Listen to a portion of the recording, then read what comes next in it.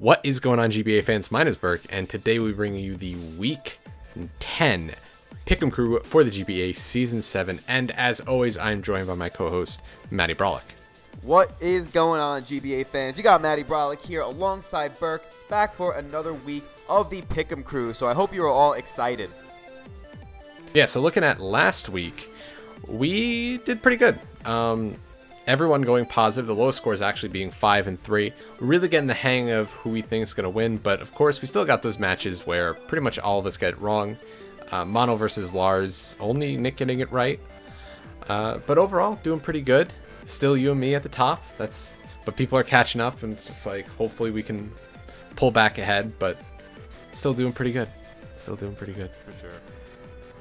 So the first match of the week, we have the Utah Jasmine versus the Alola Athletic, and I chose the Utah Jasmine. I was very split on this match. I think either can definitely win this, but I decided to go with the Utah Jasmine because I feel like overall he has a pretty good team matchup. A lot of the offensive threats like Sandrill, Necro has ways of dealing with. Manaphy is a really good way of dealing with Sandrill. Zapdos as well. Even Reuniclus is extraordinarily bulky, and Excadrill I don't really think can break through Hippowdon that easily. So he's got ways of dealing with Sandrill, and then you look at Shaman as well, has ways of dealing with that. Same with Emboar, and you don't really say that about many teams having ways of dealing with Emboar. So just looking at the team matchup, I'm going to go with the Utah Jasmine. They've both been doing pretty well, but I feel like Necro could be able to pull off this match. Yeah, I agree with you there. I think that Necro's matchup is pretty solid. It could definitely go either way, like regarding the matchups, because Calum just has a really good team. But in general, I'm going to go with Necro here just because I've seen him play at a very high level, whereas Calum is still new to the format. And although he is doing well, I just think that Necro's extra experience may be able to carry him this week, so that's why I'm going to go with him. Alright, so the second battle of the week, we have the St. Louis Rampardos versus the San Francisco Arcaniners, so why don't you take this one? Okay, well, in this matchup, in terms of the team matchups, I'm not like a huge fan of either teams. I know George's is pretty solid. It's just not really my style, but I do think overall it has a pretty good matchup against Dan's. He definitely has some nice speed control, as Dan's fastest Pokemon is Terrakion or something like that. And overall, it's just George, who has been playing very well lately and is just generally a fantastic coach, and he's great with preparation. And Dan has not been at the top of his game this season. He has had some big wins, but he hasn't been consistently at the top of his game, winning week in and week out. So because of that, I'm going to go with George for this game. Yeah, I'm going to go with George also. He started 3-3, and now he's 6-3, so he's on quite a bit of a hot streak. Dan not doing nearly as well, so I'm going to go with George just based on that. Plus, I gen George's teams, and I tell him I believe in him, and he won't lose because I believe in him, so there's that. It's not a very good reason, but I'm going to go with it. But yeah, overall, the team matchup, I actually like George's team matchup because you look at mons such as Garchomp, which he's been using really well. Same with Mew. It's going to be hard for Dan to be able to deal with those. So I feel like if George can use the mons he's already been using really well, again this week, I feel like he should be able to take this match. So up next, we got the Philadelphia Scizors versus the Pittsburgh Piratas, and I have them locked along with you, Matty, and everyone's got the Philadelphia Scizors picked. I think for a pretty obvious reason. Tup has not been doing well this season. He is 0-9 going into this, and Chimpact has been one of the most consistent coaches so far this season.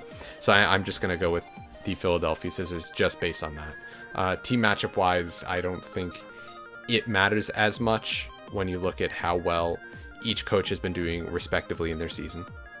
Yeah, no, I couldn't agree more. Like, I do think that Chimpact does have a pretty good team matchup because his offensive threats are just so fast and powerful and hard for Tup's team to really handle. But like you said, Tup's just really not been having a good season so far, and Chimpact has been pretty dominant this season. So it's really hard on that fact alone to pick against Chimpact here. So even outside of the team matchup, it was pretty much enough to be able to confidently lock Chimpact in this match.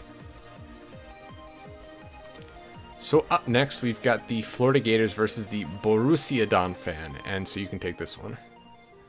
Okay, this was a pretty tough one for me to pick, just because Lars came off a massive win last week, and both coaches just have pretty cool teams. They've both been doing pretty well. I think Lars has the overall better, more threatening team, but Gator has just been a really solid coach. I would say he's been a little more solid overall this season than Lars has, but I don't know. I was just feeling this week that Lars may be able to pull out a win coming off of all that momentum, so that's why I decided to go with him over Gator.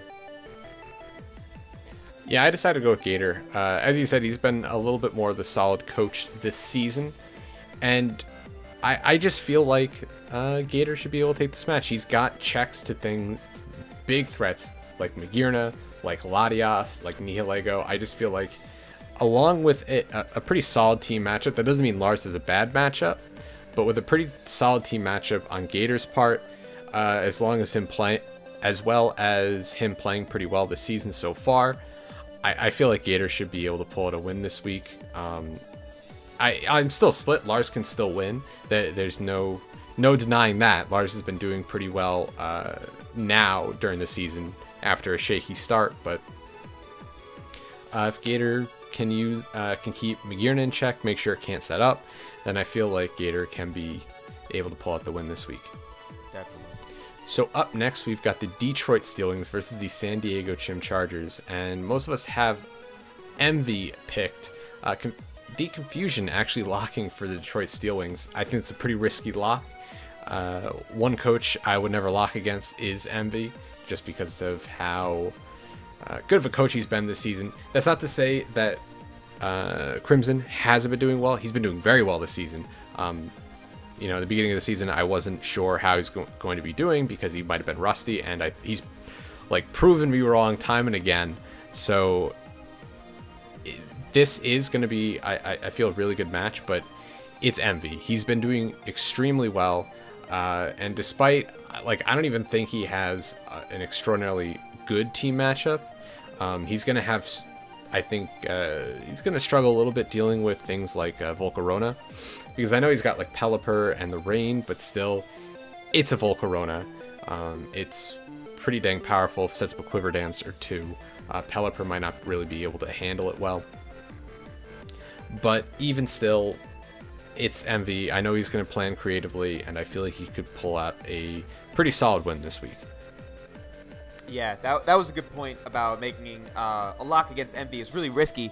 And the reason I really say that is because outside of the fact that Envy's been absolutely dominant this season, he's just so unpredictable. So any coach going into a match against Envy, regardless of who it is, whether they have a great matchup, whether they're just maybe better than Envy, regardless of what it is, he's just so unpredictable. And he could win any match because his ideas are so creative that it can catch even the best players off guard. So with that being said, I do think that locking against Envy is very risky, and I also think that Envy does have the edge in this matchup because Crimson has been proving me wrong time and time again as well. He really is doing well this season, but Envy is just so hard to pick against right now because he has been lights out. So up next, we have the San Jose Sharpedos versus the Milwaukee Sawsbucks. Why don't you take this one? Okay, now this one was kind of difficult to pick.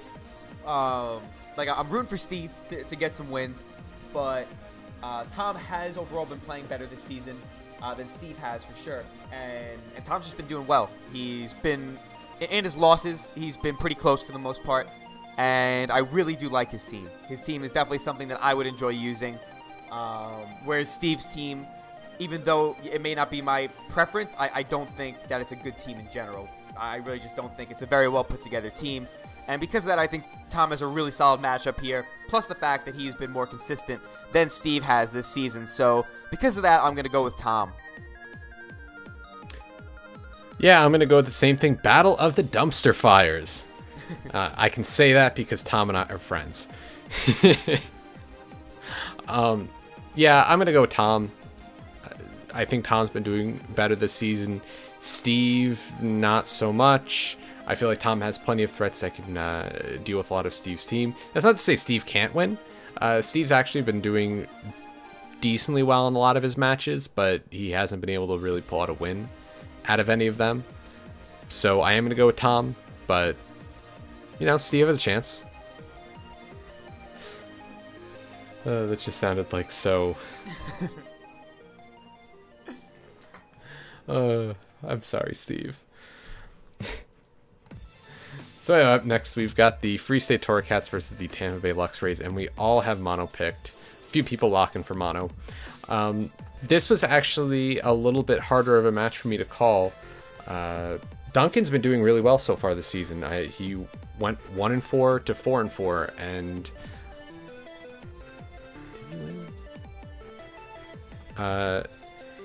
and yeah, he is 4-5 currently, but still he's been able to pull out a lot of big wins. So there's no way of counting him out, but mono has been struggling a little bit in the mid-season. I really feel like he's going to want to pick up a big win here to try to solidify a playoff spot. He's still ahead of some other people in his division, so if he can pull out a good win, then I think he's going to be a little bit more secure going into the last 2 weeks. Team matchup-wise, it's hard to tell. They both have pretty good teams against each other. I can see Buzzwole being a bit of a problem for Duncan, given the right set, just because Duncan doesn't really have anything that wants to take a hit from it because it's a Buzzwole. But then again, on Duncan's team, you have things like Weavile, Alolan Marowak being a gigantic threat, and same with Landorus Eye. So I can see this going either way, but I am going to go with mono just because I feel like he's been doing a little bit better this season. He is going to really want to solidify a playoff spot, and yeah, so I'm going to go with mono. Yeah, no, absolutely. Mono, it's just so hard to pick against him in general because even though he has been struggling, we know what he's capable of, and he's just got so much experience, and I think that's the really big differentiator in this matchup because Duncan has been doing well, without a doubt. He's really surprised me joining this season and doing so well. The fact that he came from a 1-4 record all the way back to 4-4, and now I know he's 4-5, but that does say something about, I guess, you know, his character. You know, he wasn't just so quick to throw in the towel. He kept going and picked up some big wins, so that's huge, but he just does not have nearly the amount of experience as Mono does, so it's just definitely going to be difficult to pick against him, pick against Mono, rather, in this type of matchup. So because of that, even though I do think Duncan does stand a chance, because like you said, the matchup's pretty even. It can really go either way, but I think that Mono's experience will probably carry him past Duncan this week. And the last battle of the week, we have the San Francisco Giants versus the New Orleans Pelipers. So why don't you take this match? All right, now this one is a little bit tough to call. The reason I say that is just because, what's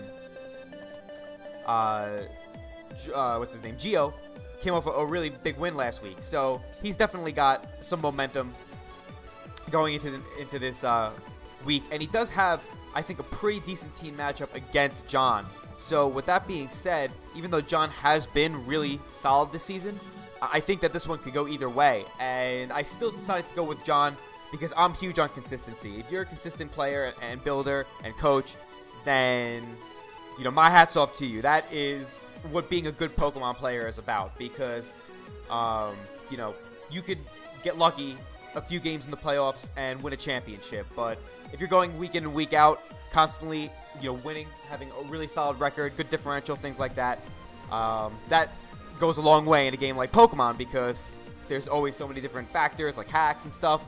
So to be consistent really is impressive to me, and because John has been so consistent, it's hard for me to pick against him, but I do think that Gio does stand a pretty good chance in this match.